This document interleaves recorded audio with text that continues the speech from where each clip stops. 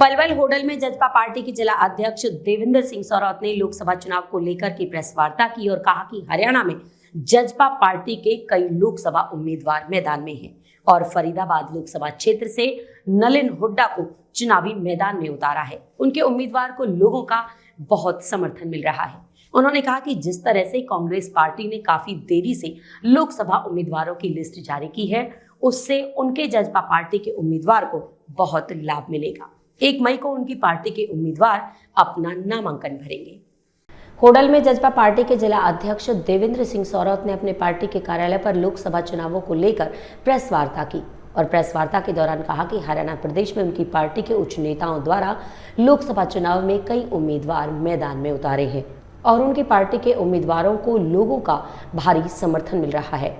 देवेंद्र सौरौत ने कहा कि फरीदाबाद लोकसभा क्षेत्र से उनकी पार्टी ने नलिन हुड्डा को चुनावी मैदान में उतारा है और उनको गांवों में लोगों का भारी समर्थन मिल रहा है।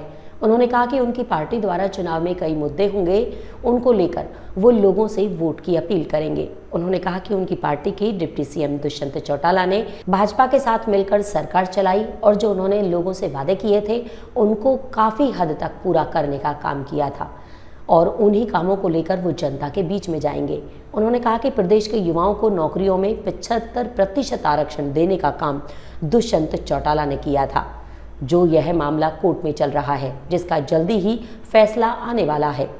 देवेंद्र सौरौत ने कहा कि पंचायत चुनावों में महिलाओं की 50% की भागीदारी, डिपो होल्डरों में महिलाओं की 50% आरक्षण और बुजुर्गों को 3,000 रुपये पेंशन दिलाने का काम पूर्व डिप्टी सीएम दुष्यंत चौटाला ने किया।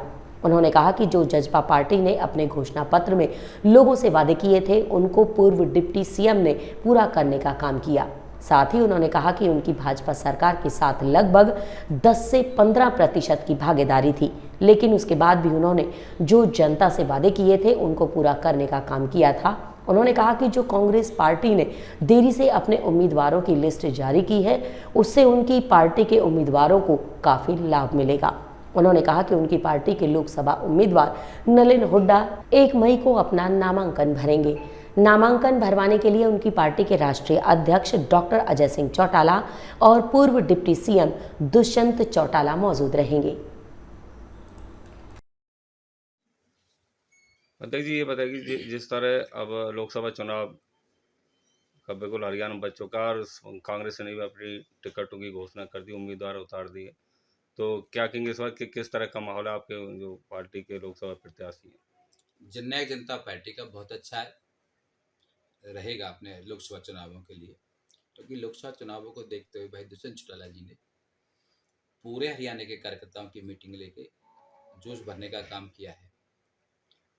जैसा कि कांग्रेस ने अभी टिकट का जो वितरण किया है बड़ा लेट हुआ है, जबकि जननायक जनता पार्टी ने आज से 10 से 15 दिन पहले ही डिक्लेयर कर चुके थे और उसका फायदा जननायक जनता पार्टी को रहेगा। तो क्या क्या मुद्दे रहेंगे चुनाव में आपके? मुद्दे हमारे रहेंगे, जैसे पहले तो जो था हमारे जो घोषणा पत्र में जो वादे किए गए थे, जैसे मुख्य रूप से था 75% हमारे हरियाणा के बेरोजगार लोगों को आरक्षण देने का काम किया था। भाई साहब की सूझबूझ के कारण उसमें हम करने में सफल रहे हैं। उसमें कुछ टेक्निकल फॉल्ट है जो कि सुप्रीम कोर्ट में चला हुआ है, वो भी अगली तारीख या उससे अगली तारीख में उसका फैसला भी आने वाला है। इसके अलावा हमारे माता बहनों को जो सम्मान के रूप में 50% स्थानीय निकाय चुनावों में जो आरक्षण देने का काम किया, वो भी हमारा मुद्दा रहेगा।